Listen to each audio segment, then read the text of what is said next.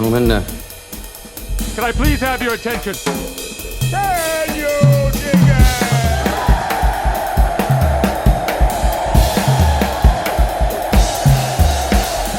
it? Greetings, dear listeners. This is Jonah Goldberg, host of the Remnant podcast, brought to you by The Dispatch and Dispatch Media. Quite a cursed week in podcasting land. I think I told you guys, I can't remember what version I recorded that actually made it out to the humans, but we had this mess up where Steve recorded an interview with John Ward and I recorded an interview with John Ward, and neither of us knew the other one was doing that. And for reasons that are not abundantly clear, John didn't think he should point it out to us. He, in fairness to John, who's an eminently decent dude, he was telling me before we started recording how frazzled he was because he had done like a ton of podcasts back to back the day before and whatever. And I guess one of them was the one he did with Steve, and it just didn't dawn on him to tell me. Anyway, and then at the last minute, Steve couldn't make the Dispatch podcast, so we got Kev to sub. But then there was a screw up with the time zone stuff, and so like Kevin was late, and so like, okay, we started recording a one-on-one with Sarah, which was weird for a Dispatch podcast, particularly since just last week we had done a Dispatch Live with just a one-on-one of me and Sarah. And I love Sarah, but like it's just, you know, the Sarah and Jonah show, I don't know that there's that much demand for it. And then Kevin showed up, so we restarted and redid it and blah, blah, blah, blah, blah. We did a whole segment about, you know, whether we were suckered by the indictment that never happened. And we talked about it for a while. And then, of course, at 5:00 yesterday, the indictment comes down. And so we scrambled, and Kevin, Sarah, and I, you know, jumped back on our computers late in the day and recorded a new segment. And now that's at the top of the Dispatch podcast. There were all sorts of technical problems. I suspect that none of you actually give a rat's ass about any about this, but I believe in transparency with the Dispatch community. So there you go. Also, I am just trying to like work myself up or work myself down. I'm trying to calibrate my level of disgust with a lot of the stuff that's going on right now, and my exasperation with pretty much everybody. And not you people, not my Dispatch colleagues, not a handful of my friends at National Review, but broadly speaking, everybody's being really stupid. That's just my point of view. Let's just start with the fact, I'm not going to get into the legal TikTok stuff about the indictment. We haven't seen the indictment yet. We don't know what the indictment looks like. Everyone's commenting on it as if it's exactly what they think it is. And it may be exactly what we think it is. There's reason to believe that. But we don't know. And I think there's no point in sort of rehashing arguments everybody's familiar with, and everybody can hear ad nauseum 20 times a day, 20 times an hour on all the different cable shows. They're just going to repeat the same sort of comments over and over and over and over and over again. So, but just to set the record straight, I think what Bragg is doing, if as reported is true, is a mistake. It's a political mistake. It's a legal mistake. And it's a sign that when one player violates norms and institutions and rules, it gives permission to other players to do the same thing. I'm not a complete devotee of the Gary North theories about how capitalism and liberal democracy emerged from the spread of the growth of various institutions, and that these institutions locked elites into a commitment to a certain set of norm-based rules that said that it was no longer zero sum to be out of power, and that therefore you could essentially take turns rotating elites through leading institutions, with the people who lost on a specific round not feeling like they have to burn the whole system down because they didn't win this term, with the expectation that they could win another round another time. And they got co-opted enough into other institutions to feel like they had a stake in perpetuating the system. We understand this a lot in democratic theory, implicitly. Like, there are a lot of people who talk about how, the most important election in a new democracy isn't the first election, it's the second election. Because lots of dictators and authoritarians of various stripes are perfectly happy to get an election to get into office, but then they say, okay, I'm here now, and they pull up the drawbridge and they're like, no more elections, or at least no more fair elections after I'm in. Common story in big chunks of Africa, big chunks of Asia. It is essentially what Putin did, and in his sort of orchestrating his president for life status. It's what Xi did in orchestrating his president for life status. Those aren't democracies. Well, Russia was a fledgling democracy, and then China, and then Putin made it not. China was never actual fledgling democracy, at least not in the time period we're talking about, or really ever. But they had a system that was very similar in the Northian sense to sort of the medieval Europe, right? Where you basically had aristocrats who ruled the system, and you had a system of, or maybe more like imperial China, right? You had a system that designated the person who was the top guy, but there was some sort of rules-based order, at least among an aristocratic elite, for determining access to power, power sharing, division of resources, and all the rest. And Xi got rid of that to make himself, essentially a king. Longtime listeners know that I'm very very skeptical of these modern versus ancient distinctions about how systems work. At least modern, about how systems work that aren't liberal democratic. I think all forms of authoritarianism, they have slightly different rules and arguments about who should be in power, but the way they operationalize power is very similar. Again, North Korea is a monarchy as much as it's anything. So anyway, like, how did I get on this? Right. So the basic thing about liberal democracy and most systems that aren't about just sort of raw authoritarian power, is this willingness to abide by the rules, even if you don't like the outcome, and live to fight another day, in a peaceful way, right? I mean, it's like, I bristle sometimes at analogies to sports, but, baseball doesn't work unless all the teams agree on the rules. All the teams agree to defer to the umpires and the commissioner for disputes about the facts about who violated what rule. And they have to abide by the score. And if they don't, it's not a game anymore, right? It's not a game people want to watch. If both teams leave the World Series saying they won, then what's the point of watching the game? You need clarity and finality to these sorts of things.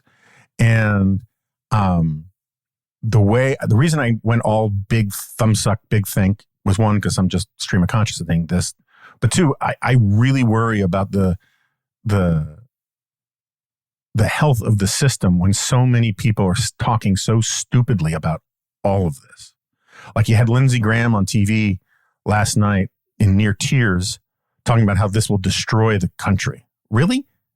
Destroy the country. So, like, we're that weak of a country that, I'll get to that in a second. I'm so fed up with this BS.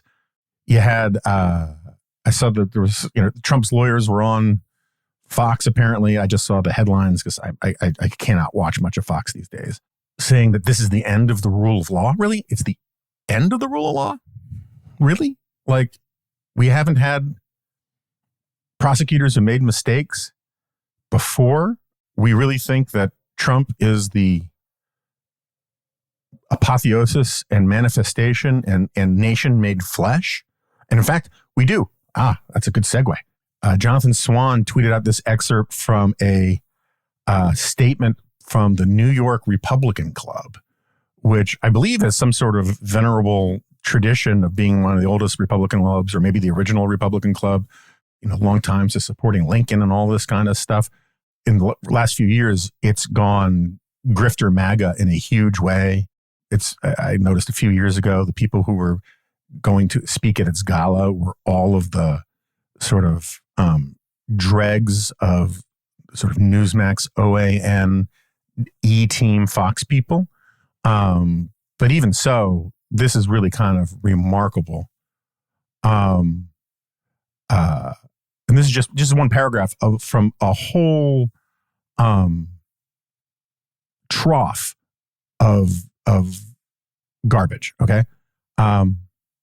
President Trump embodies the American people, our psyche, from id to superego, as does no other figure. His soul is totally bonded with our core values and emotions, and he is our total and indisputable champion.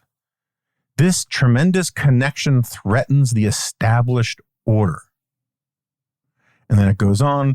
The fix has always been in quotation marks, against our president, but his motivation and love for the American people drove him to pursue the national excellence that his unique vision perceived lay within our reach. In doing so, he opened so many eyes to reality. Okay, now, first of all, this reads like Chat GPT wrote it while high. I want to be really clear about this. It is profoundly stupid. And whatever, high self-regarding poli-sci major intern wrote this garbage should be tremendously embarrassed. And it is ridiculous. And I'm reluctant to take it any more seriously than that, except I do think it represents, first of all, the pseudo-intellectual horseshit that dominates so much of the MAGA right. These people who say that DeSantis was his betrayal of Trump was second only to Lucifer's betrayal of God and all this nonsense. These people, to the extent they believe it, they're idiots. To the extent they don't believe it, what they're doing is they are giving a pretext or a rationale or a permission structure or whatever to a bunch of low IQ, low engaged people to act on their uninformed emotional passions by making it sound like there's this very sophisticated argument to justify a bunch of mob-like idiocy. But so first of all, President Trump does not embody the American people. No president, with the exception maybe in a poetic sense of, say, George Washington, embodies the American people. Even Abraham Lincoln, gotta like Abraham. Well, these days maybe you don't gotta like Abraham Lincoln. I like Abraham Lincoln. Didn't embody the American people because, among other things, he was the commander-in-chief when he was fighting half of the American people in an ugly civil war, right? So, the whole idea of a leader embodying the people is a very German, very dumb form of nationalism, that somehow there's an individual who, is the Volksgemeinschaft incarnate and represents our passions and our emotions, or our id to superego, whatever the hell this Yacht thinks that means. But just as an empirical matter, he can't embody and represent all the American people and its core values and its core emotions. Whatever the hell are core emotions? I don't know. Because first of all, the guy never won a majority of the vote. Just as sort of an empirical poli-sci, nerdy, propeller beanie kind of thing, this is just, again, so profoundly stupid. And it gets at the heart of one of the reasons why nationalism is so problematic. And I've written this so many friggin' times. The problem with nationalism and populism is that it uses the language of all the people when it really only means some of the people, right? It only means the subset of people in which apparently resides the true spirit, the true soul, the true and authentic genetic stock, whatever phrasing you want to put on it, of the real Americans, or real French, or real German, or whoever, right? And by definition, then, anybody who disagrees with that movement or is a critic of that leader must therefore be not an authentic American, or a treasonous and parasitic German, or some sort of fifth column, which these idiots talk about too. And that's why, part of the genius of liberal democratic capitalism, and particularly the American constitutional order, is that the fundamental political unit in the American political system is the individual. Because when it's the individual, you cannot talk about, even though, America is full of important collective institutions, families, communities, all these churches, all those kinds of things. But as a matter of politics, the game of politics, it's about the individual. Or at least I shouldn't even say that about politics. About law, it's about the individual. There's no collective guilt. There's no collective punishment. The sins of your ancestors are not visited upon you. It's all about what you did and what you didn't do, and not what somebody else did who looks like you or sounds like you or worships God the same way as you do. There is no transitive property to guilt or innocence in the American system of law and the constitutional order. And to the extent there are groups that are essential to the American constitutional order, they are divvied up into specific institutions, state legislatures, governorships, city councils, mayors, senators, congressmen, governors, different branches of government that represent different political units that are all in turn made, sort of turtles all the way down of individuals, right? You don't vote as a block in America. You vote as an individual. Now, political science, political consultants and campaign people, they want to turn individuals into blocks, right? They want to digitize the electorate in ways that let them speak to large groups of people. But that's just marketing. Philosophically, metaphysically, theoretically, politically, constitutionally, legally, this country is about a certain set of rules. It is about a certain set of rights that attain to individuals. And when you start talking about how the authentic nation and the authentic people are represented by some sort of authentic leader, you're trying to bypass all of that stuff. And it's grotesque and it's dangerous and it's stupid. It's just so profoundly friggin' stupid. And so everyone first of all, you kind of need to calm down. And one of the things that drives me crazy about this, right? Okay, so just to stay on this point for a second. I am constantly hearing about how nationalism is great. We're nationalists. We're not conservatives. Conservatism is ash heap of history, blah, blah, blah, blah, blah, blah, blah, right? I'm going to be reviewing Patrick Deneen's new book. I haven't gotten to it yet. I just cracked the first few pages. But this whole argument about how the liberal order, that was ushered in through the Glorious Revolution or the Enlightenment or the American Revolution, or whatever, it kind of it's played out, needs to go, whatever. There are more authentic voices of political legitimacy and all these kinds of things. And you have smart people like Patrick Deneen making these arguments, and you have a lot of really dumb people making these arguments. But what is sort of hilarious to me is that we're constantly hearing about, the importance of nationalism, the importance of populism and all these kinds of things. And then you get this case, and all of a sudden you get all of these people who say this stuff, all of a sudden switching gears and saying the rule of law is so important and no one is above the law and the law rules here and blah, blah, blah. Well, which is it? Because adherence to the rule of law is not exactly a cornerstone of nationalism.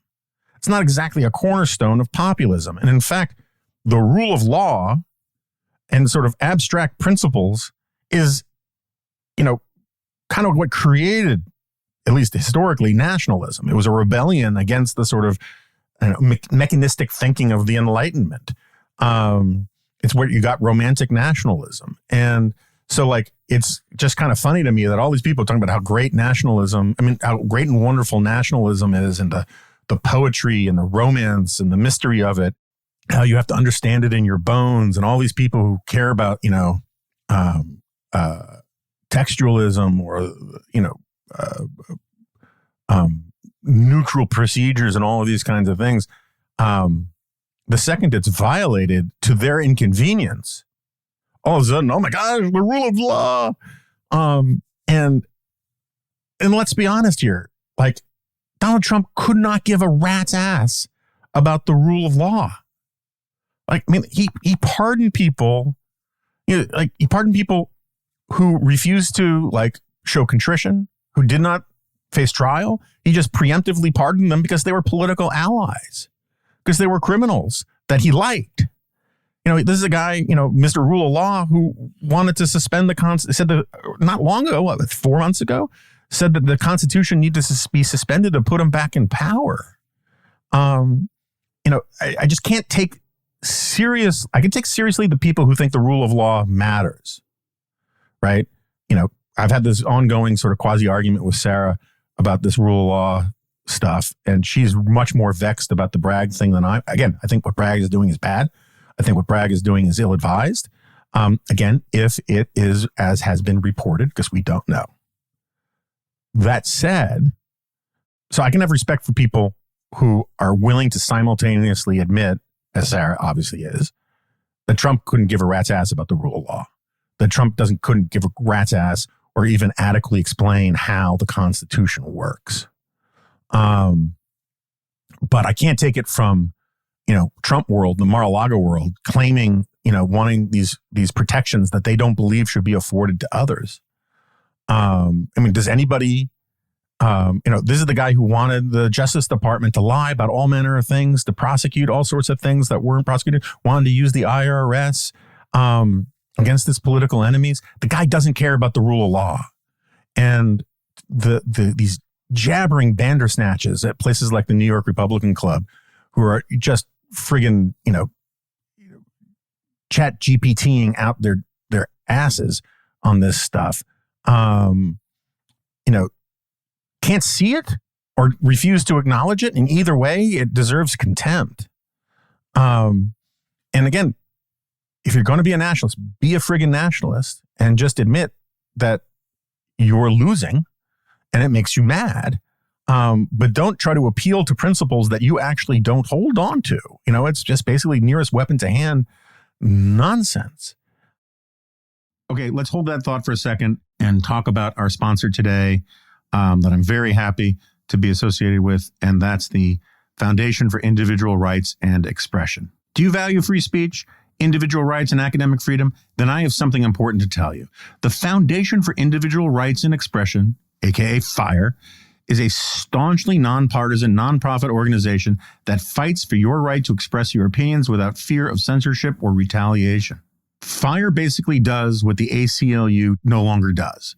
Even when I disagreed in the past with some of the ACLU's positions, I was always glad to have a zealous advocate for free speech in the mix, in the argument. The ACLU has just simply become part of the sort of undifferentiated progressive blob now.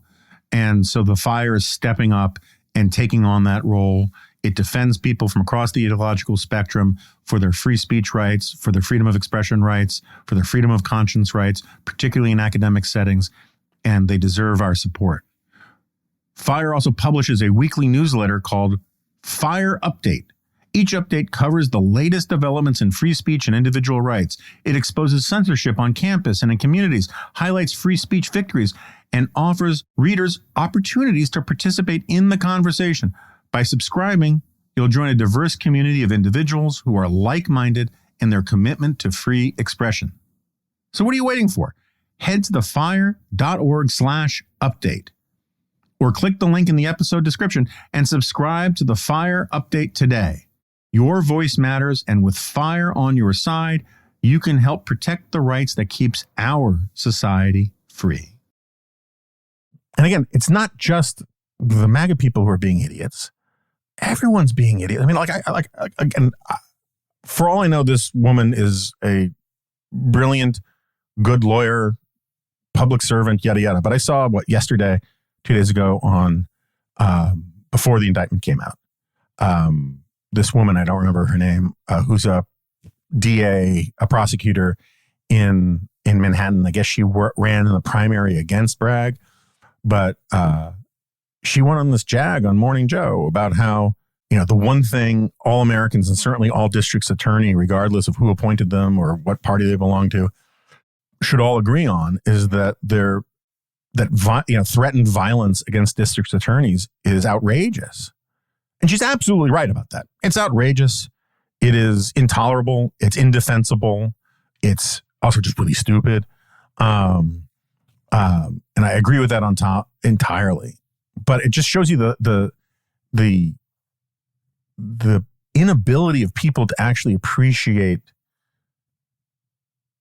terms and labels that clarify and explain things in their correct manner. I mean, she went on and she said, I actually wrote it down, or at least I drew it down, the phrase, it is the definition of authoritarianism to allow violence mobs be threatened against district attorneys or something like that, right? But she said it was the definition of authoritarianism. It's not the definition of authoritarianism. I mean, like mob violence, stochastic, stochastic is coming out all over the place these days. It's driving me crazy. I tweeted this morning that the sudden spike in the use of stochastic is just so friggin' random. The joke being that stochastic means random. Anyway, random jackasses or mobs encouraged and incited by jackasses, that's not authoritarianism. I mean, it's bad, it's wrong, but Donald Trump isn't president of the United States. It's not like he sent, if it would be authoritarianism if the president or the government sent police after district attorney for doing something wrong. But, bomb threats and that kind of thing is not authoritarianism. But it's like people want to say things are bad and they don't know how to say things are bad that don't jibe with the normal narrative and the normal script. It's like this Israel thing. Now, I disagree a little bit with my friend John Podortz about this stuff. I think what Bibi Netanyahu did in proposing that reform to the Supreme Court was politically stupid. Just simply put, politically stupid. You don't do something like that. Just so in case people don't know what I'm talking about, he proposed basically taking out career civil servants people as essentially prosecutors or head legal advisors to government departments and put in political people instead. And he proposed basically scrapping and replacing the existing Supreme Court and taking away its jurisdiction over all sorts of things that Parliament does. And it was a big, bold move. I agree entirely with Pod and other critics, and probably even Bibi Netanyahu, that the way the Supreme Court in Israel is run is a mess, and that it needs to be reformed. But you don't do something like that in a system that has no checks and balances, right? Israel doesn't have a constitution. It has one legislative body, right? Just the Knesset. It's not even bicameral. It's because it's parliamentary. The prime minister is the head of state. I mean, I know there's a president who, maybe he's formally the head of state, but that's a ceremonial head of state. The guy who runs the government and runs everything essentially is the prime minister. And as I talked about with John, this has to do with how Israel started and all that kind of stuff. Anyway, I didn't mean to get down this far into the rabbit hole. My only point is that you constantly hear people say Netanyahu's at war with democracy. Netanyahu is trying to repeal democracy and all of that. And it's just wrong, factually, nomenclaturally, terminologically wrong. What Bibi is proposing is a bad idea because he wants more democracy. And, I have the benefit of being consistent about this for 30 years. How many times have you heard me say, pure democracy is simply the theory that says 51% of the people can pee in the cornflakes of 49% of the people. Pure democracy is a bad way to run things, and it almost invariably will lead to authoritarianism. What you need is liberal democracy, right? What you need is constitutional democracy. You need checks and checks and balances, right? You need separation of powers. You need things, getting back to that Gary North stuff. You need different institutions in government that circumscribe the ambitions of other parts of the government by being in a positive competition with them. You get better results in a court of law from an adversarial process of a prosecutor and a defense hashing it out and contesting stuff, you get better government and you get freer government. I should say, you get freer people if you have a government that does not have unitary control by a party, or by even a single branch. And, Israel was lucky to last as long as it has been as a democracy with this fakakta system that they've got. If I had my druthers, Israel would go and write a friggin' constitution. And I cannot imagine the arguing that you would get at an Israeli constitutional convention. It would be a fantastic sort of Mel Brooks skit. But anyway, the point is that the anti or undemocratic institution using the actual meaning of democracy in Israel is the Supreme Court. It's not Bibi. Bibi won an election. Parliament is elected body. He wants the elected body to have more power, not less. But we are so bad. I know this is a recurring theme on here. We're so bad at explaining that republicanism, trusteeship, is a really important part of liberal democracy. That we've fallen into this thing. It's sort of like the opposite of how fascism just means everything that's bad. Democracy and democratic just means everything that's good. And it's just not the case. It's sort of like my thing about how the Constitution, allows for bad things and prevents good things, because it actually has a meaning. And if you want the good things that are prevented by the Constitution, you have to do them in a way that the Constitution will allow, or you have to change the Constitution. And there's an enormous number of people who don't like this. It's this politics is the crow flies thing that sneaks into everything, that, we should just have our way. We should just be able to do what we want to do. Anyway, you're going to hear 1,000 times, 10,000 times, if you're paying attention to the news, which I'm not sure you should be right now, certainly not TV news.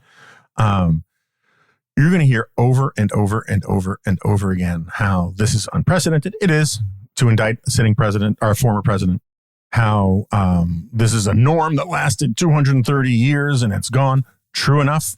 I don't like it. Again, I'm opposed to what Bragg is doing, but I also think he should follow the law, right? And I think that Trump did enough things that are colorably, one could argue, are against the law, that you don't have to bootstrap this weird thing about if breaking a misdemeanor crime in New York to commit a federal crime that passed the statute of limitations, yada, yada, yada. You don't have to do all of this stuff. I do think unless you're doing it for political reasons. And I think Bragg is doing it for political reasons. Some fancy lawyer on CNN, criticized me for saying that I thought what Bragg was doing was political. I honestly can't see the argument that it's not political. I've heard it. I've heard people make it. And a lot of the time it just boils down to these assertions about what a good guy Bragg is. Our friends at the Bulwark, they make these arguments about how, which I agree with in part, right? I believe Trump deserves all this crap. And Trump deserves, as a personal matter, as a matter of karma, pretty much anything in the realm of the foreseeable, any bad fortune he deserves to one extent or another. But that is not a reason to sort of turn the law into this weird Rube Goldberg machine. No relation. But anyway, so you're going to hear this over and over and over and over and over again about how it's violating this 230-year-old norm and how outraged these people who had no problem with Trump violating norms all the time, including now, how outraged they are that this norm got broken. And look, I should have T-shirts made on this, this thing that I used to talk about with Crowdhammer all the time. I wrote about it for 7 years now. The second Trump came down the escalator, which Trump, I guess, now calls the Golden Escalator. The second Trump threw his hat in the ring, such as it is, I was like, look, this is going to end in tears no matter what. So we might as well do the right thing. And a lot of people chose a different course of action. Some people got very rich and famous choosing a different course of action. I did fine. I lost some friendships, lost some opportunities, but I also gained some really great opportunities and made some new friendships. This is not a self-pity thing. I own my anger and resentment towards people who knowingly did the wrong thing, for either out of some misguided theory that their job was simply to be the voice of their biggest fans, or because they just wanted to be on TV a lot more, or they didn't want to lose their radio shows. All that kind of stuff. I have my resentments towards these people. They've gone down in my esteem, and it's very difficult for me to see how they'll come back up in it. But this is not about my own sour grapes thing. I'm fine, and I'm generally at peace with the world that we're in terms of how it relates to me. Very happy about the dispatch, all that. The point is that this thing is going to end in tears no matter what. And I think we passed the point of tears already. I think January 6th was the point of tears. I think we had lots of moments in Trump's presidency that proved that this thing was going to end badly, or at least that we hit the point of tears. The problem is that there are some people who still don't want it to end. They want to keep this friggin' guy around. It's like a death wish. And I don't mean a death wish in terms of violence. I mean a death wish in terms of the party, in terms of conservatism. I'm not going to say the country, because I think the country is stronger than all of these people on both sides of the aisle getting their panties in a bunch about all this stuff. Like, this isn't the end of the rule of law. This won't destroy America. Trump is not the friggin' Joan of Arc of the American people. None of that stuff is true. But if you're really upset about the violation of norms, if you really think that violating, long-standing norms in American life, like, I don't know, the peaceful transfer of power, that seems like a norm to be upset when it gets violated. But if you're actually going to claim that and want me to believe that you really care about the violation of norms, precedents, traditions, civility, the end of civility, all these sorts of things, maybe you should have expected that some of these norms would fall by the wayside when you've backed a corrupt, spiritually and morally deformed grifter and con man to be the presidential nominee of the Republican Party. Maybe, a guy who made it abundantly clear he didn't really know what he was talking about. A guy who cheated business partners and friends and bragged about it in his own books. A guy who pretended to be a press agent so he could talk about how good his boss, i.e. himself, was good in bed. A guy who is essentially like a product of the Truman Show gone awry. There was this character, there was this great TV show that Fox didn't give enough time to, called Prophet, about this dude who was basically raised inside of a refrigerator box, and all he could do was watch TV, and he was a sociopath. That was Donald Trump. And it was obvious it was Donald Trump. The guy was always an intellectual and moral fraud. And he did nothing to disabuse people of that opinion who are capable of rendering it for years in office. Instead, you got people like, what's his face? Roger Kimball at New Criterion talking about he was a man of great character, and David Horowitz fighting with me about whether he was a man of great character. Trump has the most debased, deformed character of almost any public figure of our lifetimes. And when you put that guy in power, when you put a narcissist of that magnitude in power, he's going to behave in ways that violate norms. And one of the things you get when you put someone like that in office is that you are going to encourage a bunch of other people to violate norms in response. And so, again, this gets to the karma thing. I absolutely wish Bragg wasn't doing this. I absolutely want to follow the rule of law. But Donald Trump invited all of this upon himself. He deserves whatever misfortune he gets. It's part of the way I think about it is I'm an opponent of animal rights. I think it's just the wrong way to think about things, but I think everybody knows I'm a crazy pro-animal guy. I don't like hunting. I'm not for banning it or any of that kind of stuff, but I don't like hunting. I love dogs. I'll admit it. I love cats. I like animals. But I don't think they have rights. I do think humans have obligations to treat them humanely, to be decent, and if you're going to eat them, to do it in a way that is as uncruel as possible. And the only reason I bring that up is that that's sort of how I view this situation. I think that Trump has, as far as I'm concerned, as a matter of karma, I don't care about his rights, right? But I have an obligation as a citizen of the country to care about the integrity of the system. And so I want him afforded the best defense. I would prefer that this case not be brought. But I will not weep if he's found guilty.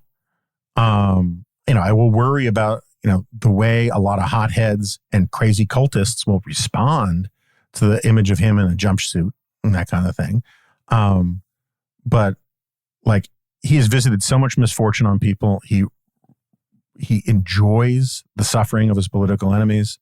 He's a coward in so many moral and profound ways. And I think if he thought he could get away with it, he would have suspended the Constitution and stayed president for life. The system depends. I mean, if you go back and you read, about the Constitutional Convention and the early histories, like, I'm not sure we would have gotten, and I'm not alone in this, this is a pretty common observation, I'm not sure we would have gotten the Constitution we have, but for the example of George Washington, this upstanding, morally admirable figure who sort of modeled the kinds of behaviors that we wanted in the sort of character of somebody who would be president. And we sort of built an institution around the shape of George Washington and of the other founders too, but really George Washington. And the system, it's amazing how many right-wingers love to talk about how, that America, the American system is the guy from Claremont who says this all the time, that America doesn't work if it's not a Christian nation or if it's not a Judeo-Christian nation or if it's not a moral nation, right? That it depends on the morality of the people to sustain it. And I agree with that to a very large extent. I think there's a lot of truth to that. I think you can make those statements in racist or bigoted ways that I don't agree with. But as a general matter, the dogma, the moral and political and philosophical dogma held by the American people is the true and only reliable bulwark against tyranny. And I guess it's just a crappy country. But do I think that Hindus and atheists can be good Americans too? Yes. But I think, I wrote a book called Suicide of the West about this point. You need to fill up people's hearts and minds with good dogma and the right understanding of what it means to be an American and what it means to be grateful to be an American. I agree with all that stuff. But, it turns out that having a morally debased president of the United States who has this weird psychological connection with a large but still minority subset of the American people, it can do an enormous damage. It can twist people's understanding of this country. It can bring out the worst in friends and foe alike.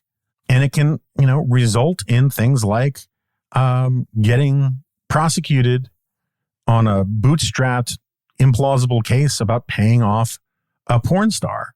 And I'll just say it again, it is amazing to me how all of these people who find this outrageous and dismaying and threatening the country, I have no sense that anybody actually believes Trump didn't do it, right? That Trump didn't shtup Stormy Daniels.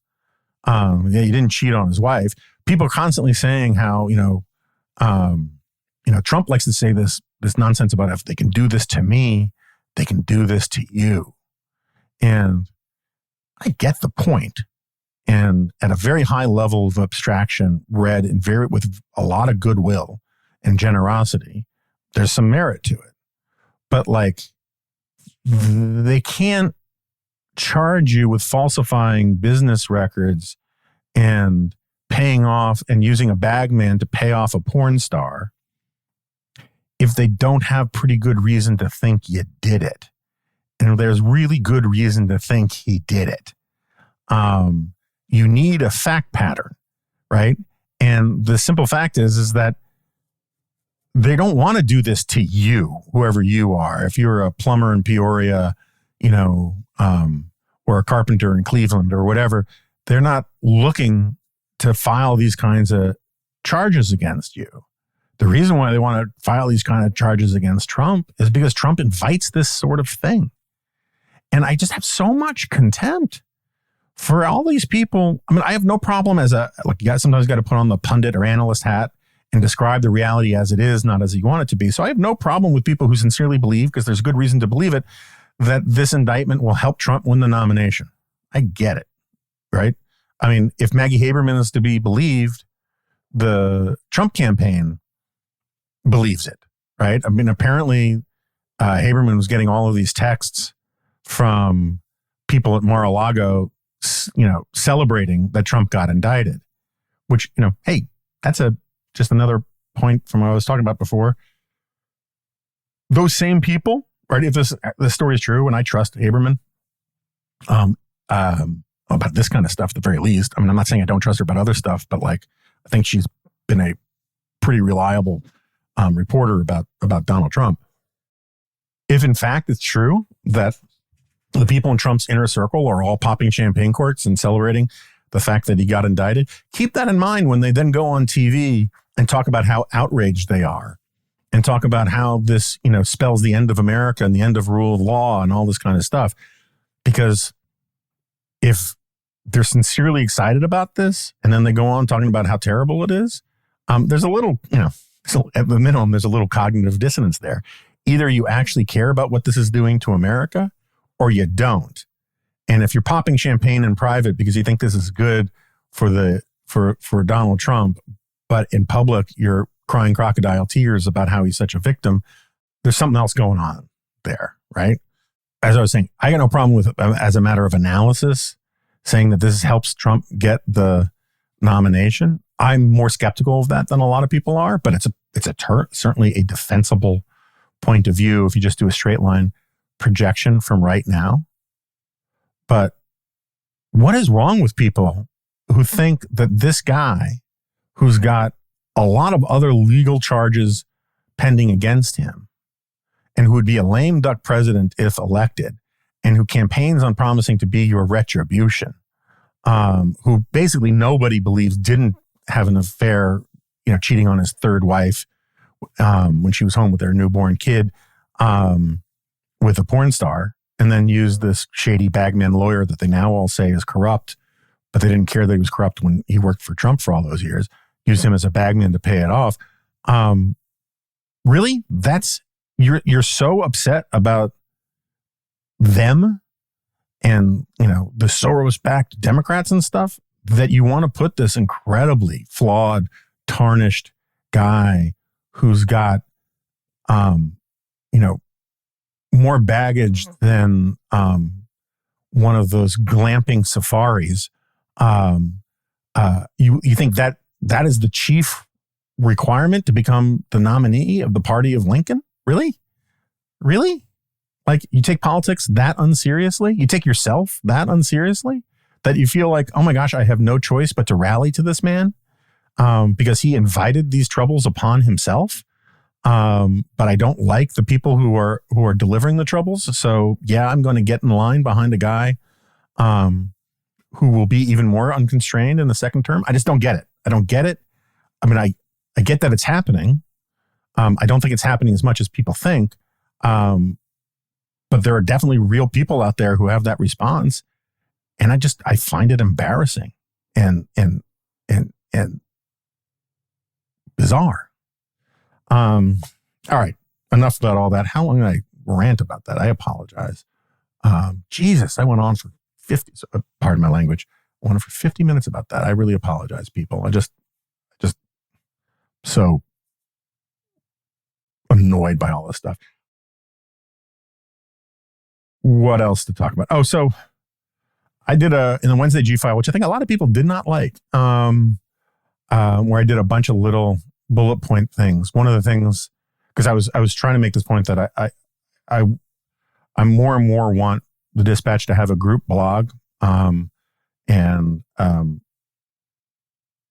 Steve and I have had this argument. We actually had this argument the last time he was on the Remnant, for a long time now. It wouldn't be an argument unless I thought Steve was wrong. So I'm saying I think Steve is wrong about his concerns. I should say, I think his concerns about what the incentive structure of blogs is fine, particularly given, the reasons why we founded the Dispatch. And Steve's new big, debating point is go back and read the manifesto, which, is a particularly well-aimed debating point at me because I basically wrote the manifesto. But anyway, I want to do a group blog. I think it would be fun for like me and Nick Cottagio and Kevin Williamson and the opinion guys. Maybe Scott Lincecum would come in. We'd probably want to keep the reporters for the most part out of it, for the reasons that Steve is concerned about the incentive to do hot takes and all that kind of stuff. But, Kevin, Nick, and I, and David French, before he temporarily left to go to the New York Times before he gets canceled and comes crawling back to us, we have decades of experience blogging, and I think we could constrain ourselves. And at the same time, we could have fun sort of internal conversations. So anyway, I'm making that argument. But one of the reason I brought that up is, one, I apologize to people who didn't like the Wednesday G-File.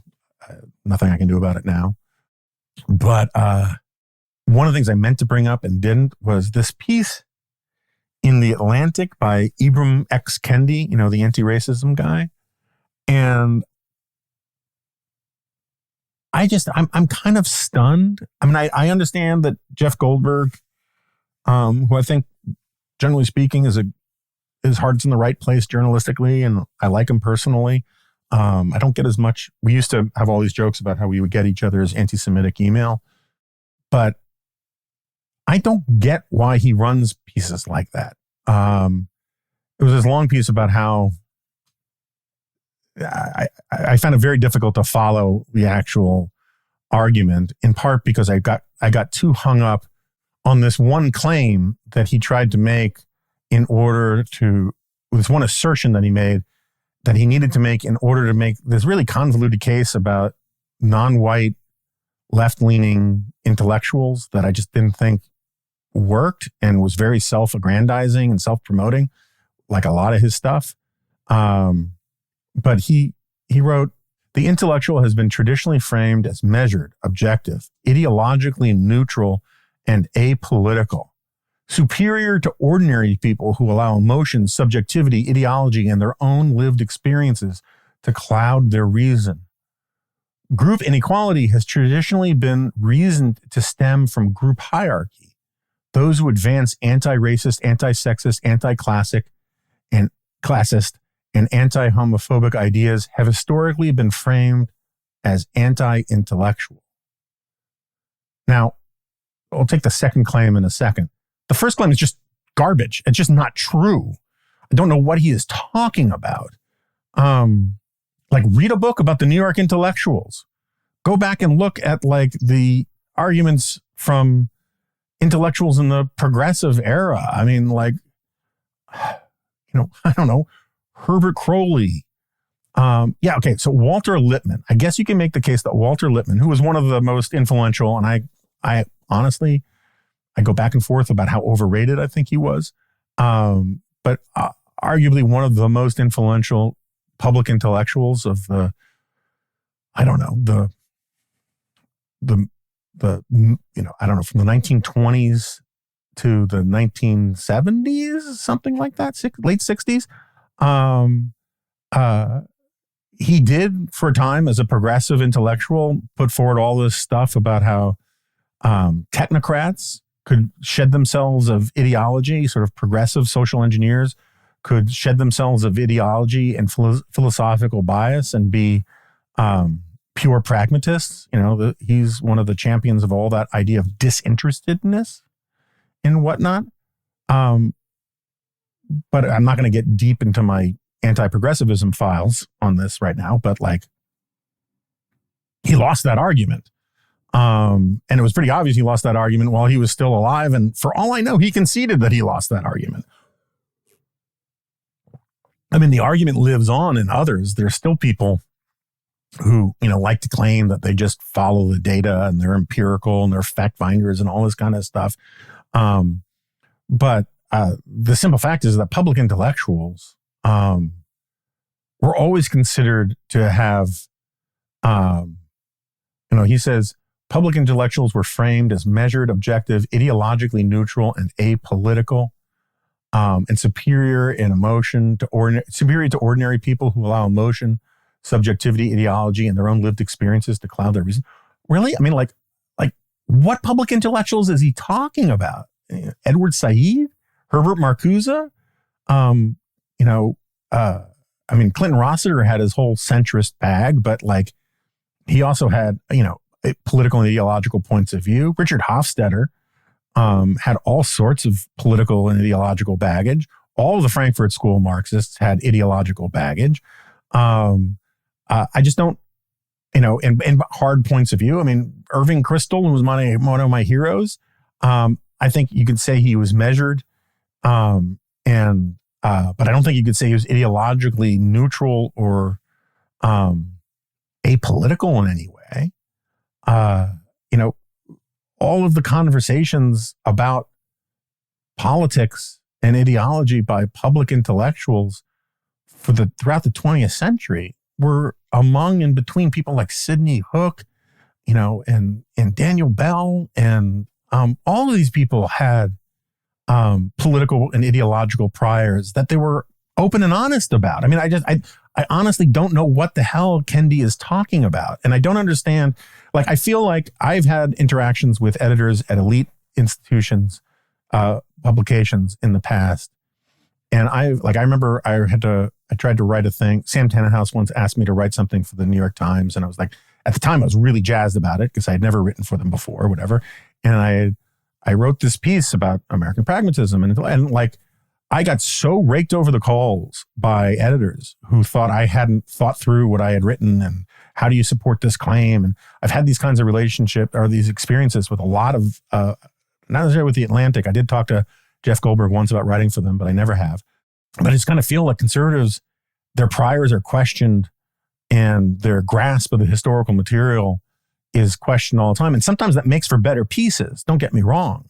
But among my friends who've written for the New Yorker or the Atlantic or the New York Times, among my conservative friends, we all talk about how there's just a higher bar for marshaling evidence and to support your arguments than there is for liberals. This is just basically shop talk among conservative eggheads I know. And I've never met a serious conservative writer who has written for one of these publications who doesn't believe that this is at least somewhat true. And there's some people who think it's very, very, very true. And I just feel like if I had written something as sloppy and as weird as what Kendi purports to be, this searing, soul-searching, and insight into the nature of intellectual affairs, I feel like the editors of The Atlantic would push back on me in ways that they clearly didn't on him, unless what the original draft was much, much dumber. And so anyway, then there's the second part of this paragraph where he says, group inequality has traditionally been reasoned to stem from group hierarchy. Those who advance anti-racist and blah, blah, blah, blah, ideas have historically been framed as anti-intellectual. I don't know what he's talking about. I mean, yeah, you're going to go find some racist people who called some activist intellectual person anti-intellectual or unintellectual, and some of them probably were. Frankly, I don't think that, what's her name, the head of the American Teachers Union, American Federation of Teachers, can't remember her name. I don't think she's an intellectual. I think she's kind of dumb.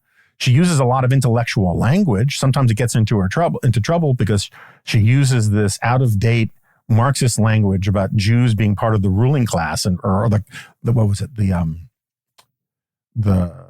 investor. No, she had the moneyed class or something. She had some really bad phrase for fellow Jews because she's, I think, a middle brow who's, who remembers some of her, college Marxism and dorm room Marxism, and thinks it still sounds intellectual. I don't think Al Sharpton is an intellectual. There are plenty of activists out there who I don't know that they're anti-intellectual, because Kendi has this really tendentious and overdeveloped nonsense definition about anti-this and anti-that we can get into another time. But I don't know. W.E.B. Du Bois was an intellectual. There were lots of, Black people who were intellectuals who were also like deeply committed to fighting group inequality.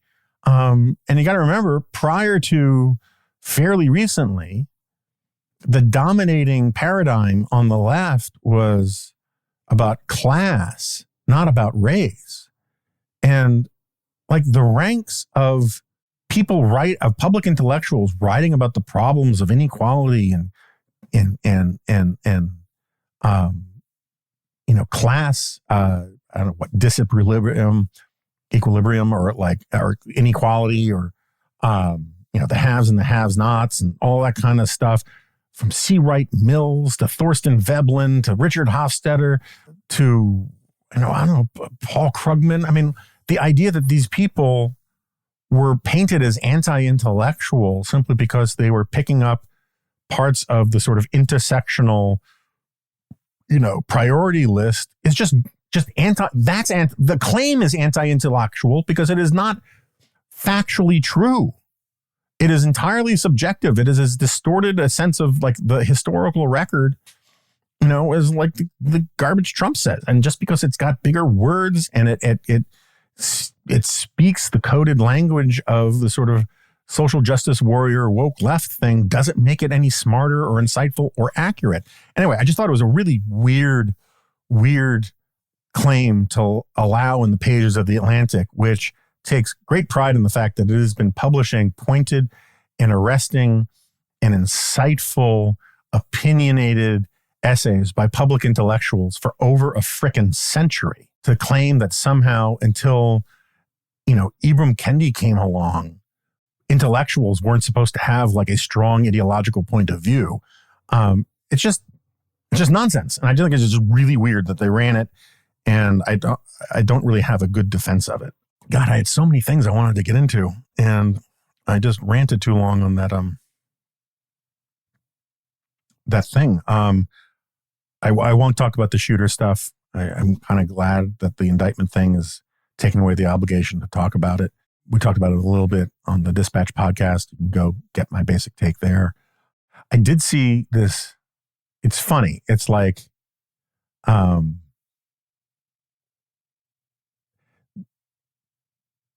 if I had made this point, the point I'll tell you about in a second. If I made this point about the New York Times' framing of an issue, I'll put it this way.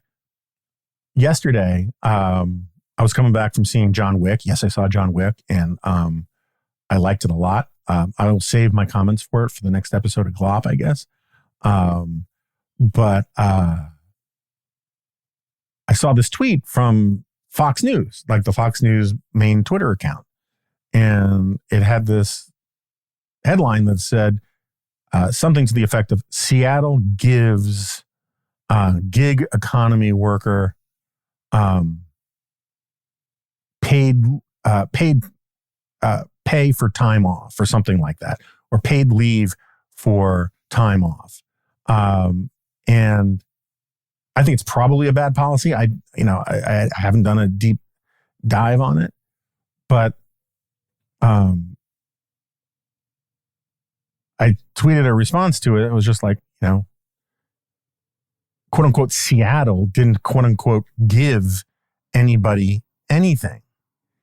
And anyway, if I had made this point about a New York Times article saying the exact same thing, certainly prior a few years ago, I feel like a lot of conservatives would understand implicitly, explicitly what I was getting at, because this is sort of a has been a standard conservative observation about how, I can't remember who, I think maybe been Sobran, who was a flawed tragic figure. But I think it was him. If not, it's sort of a bumper sticker now. This line, it goes something like, liberals think greed is when you want to keep more of your own money, and compassion is when you want to spend other people's money.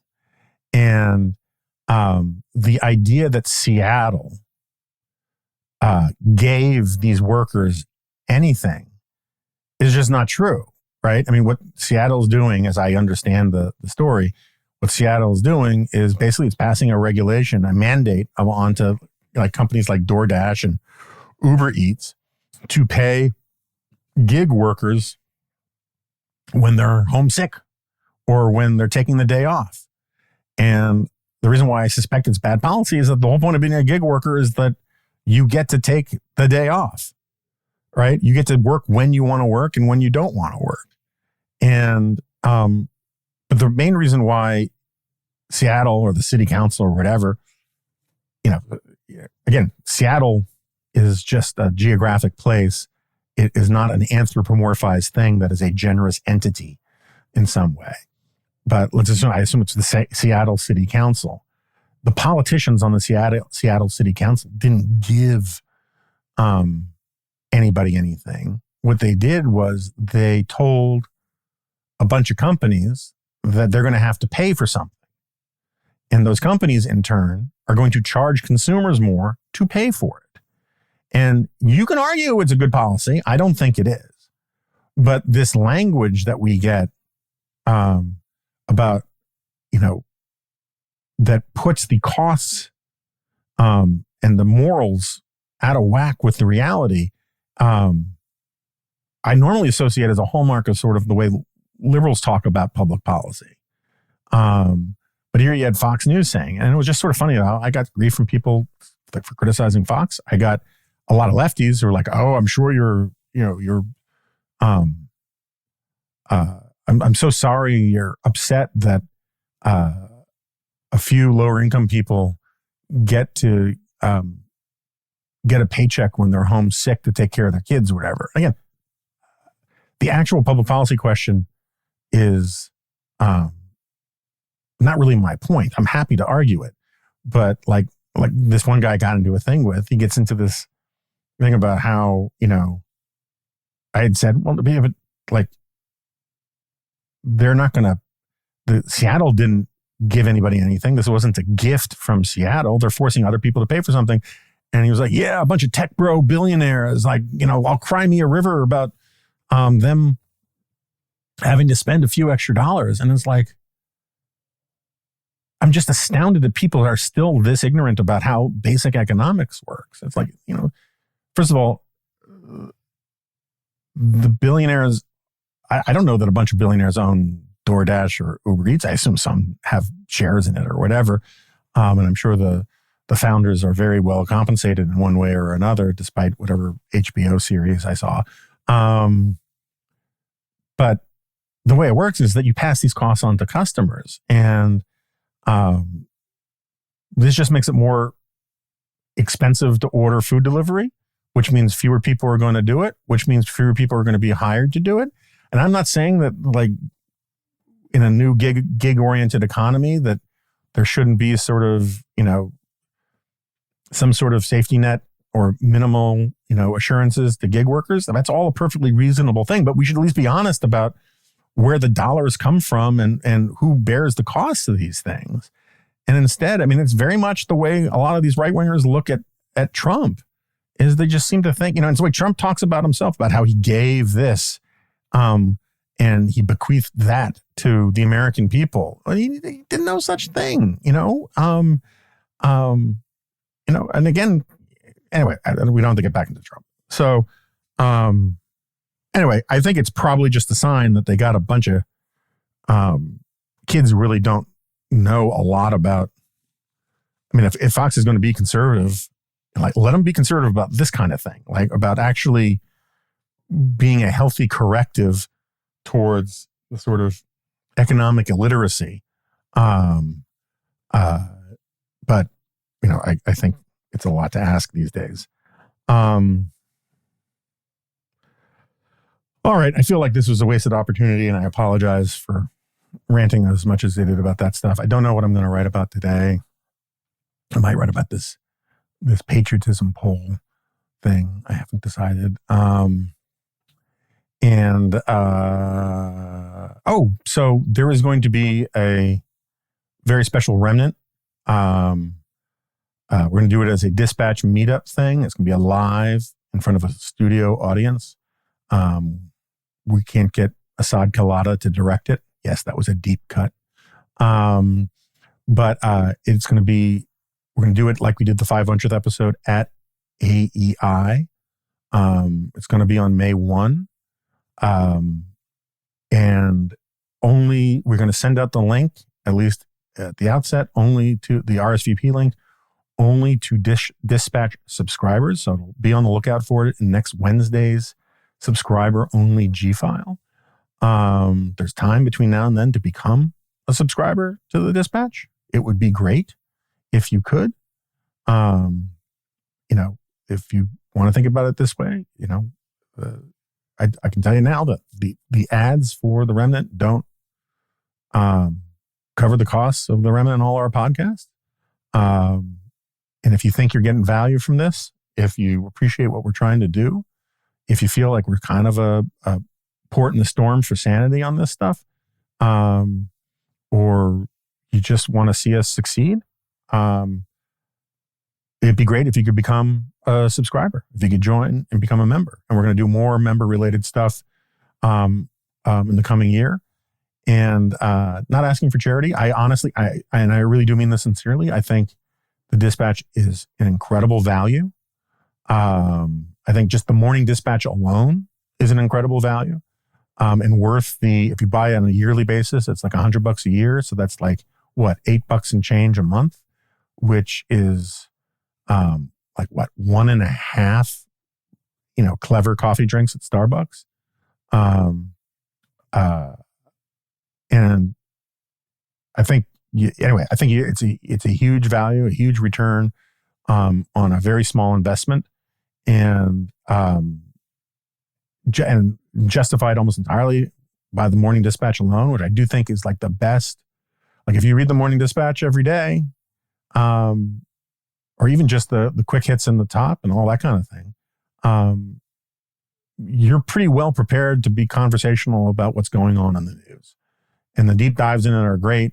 But then you add in all the other stuff that we provide, and more is on the way, from, the G file to the politics newsletter, which I got to tell you got off to a gangbuster start. I thought we were going to need sea legs on. I thought we were going to need some training wheels on that for a little while, but Egger and Drucker and Audrey and everybody else are doing a really fantastic job on that.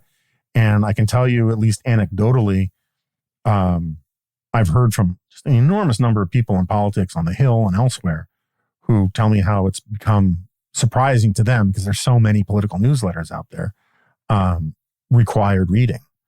And thank you to the guys at Politico and elsewhere who are at least giving us credit on a regular basis for all of the various scoops and insights that have been in that thing. So between those two things alone, it's definitely worth $8 a month.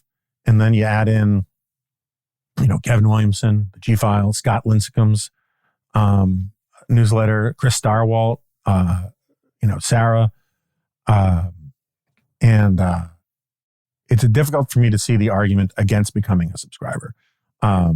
If you have the resources, right? If you buy, I don't know what I think an individual copy of the Wall Street Journal, and it was like $5.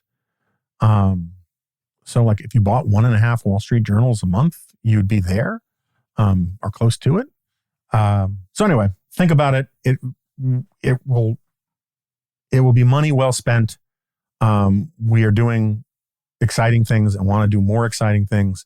And we are subscriber driven. And if you want to give a little vote of confidence to what we're doing and to help out these podcasts and all the rest, please join up today.